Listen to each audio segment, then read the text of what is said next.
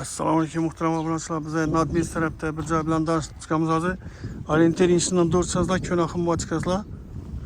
Agar bu yerdan chiqib chapga gitsangizlar Gungnan maktab internat tarafga chiqasizlar, bowling tarafga. Yine işte joyimiz sotiladi. O'ng tarafimizda garaji bor, oldinda gul bog'lari bor. Yani garajini men ko'rsatib beraman. Gazetchilar qo'yib turibdi, to'g'ri kirib. Dokumentlar tayyor. Yashab ketsangizlar bo'ladi deydi. Ya, şundan garajdan gitgiden xotamız var. İlk çap taraftan, yine arka taraftan öteden xotam var. Yazı içen kısmını azı görüp bir yeterden çıkamız.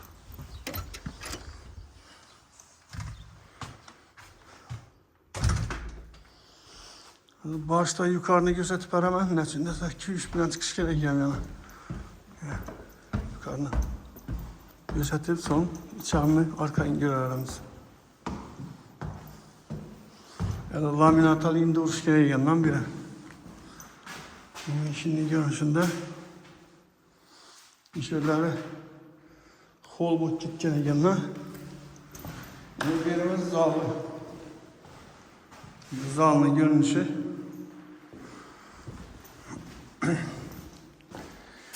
mülkiyetin nömrünü koyamam. Özel telefon vurup gepleşersizler. Birden bir zal. Resmini sorarsanız da 4 yarıma 5 çıkardı Xudo kalasa. Adaşmasam. Bir de bir spalni. 4 yarıma 4'lik spalni Xudo kalasa. Adaşmasam. Место zor, şehir propiske, toşkesi zor, meçhti yakın, birlere. Nadmiz tarafta transporttan amma yok, su, svet, gaz hemen kolay. Yazı gelgenimizde çap tarafımızda zal buladı. Birinci etajdaki ne kulçatıla əlaqdar bir xonadan üçün bu. Elektra kulçatıla birimiz yine zal. Zalımızdan uzun.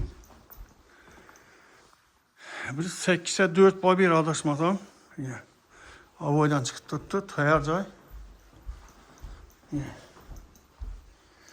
İşinin halatında yine. Patologlar. Lahalasa natijnay olup tuttu yine patologlar.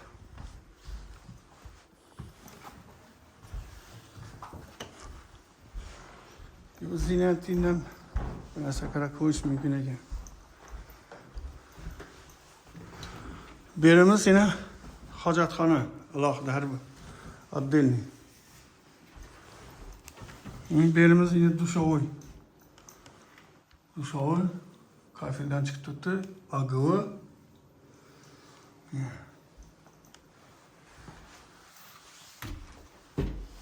Birimiz kuhne eken ya. Kuhnenin görünüşü. Dimaklıklar koyulgan, fartıklar koyulgan. Kaçol bir yere oynatılgan eken.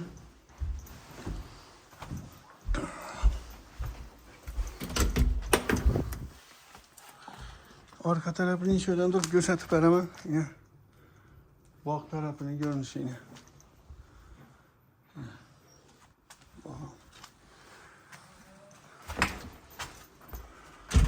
Tamam bunaqa mülkiyesi de çap tarafta yukarıda yazıp koyamam. Bemalol telefon kılıp özü bilen gelişebilirsizler. Etibarlar için rahmet, sağ olunlar. Az bundan başka yine bir joylar var. Şuradan çıkarıp reklamatistlerle gösterip baram ahirgacha kuzatadilar. Hemen getiren heyet mübarek olsun. Sağ olun, aman olun. Like basınlar. Rahmet etibarlar için.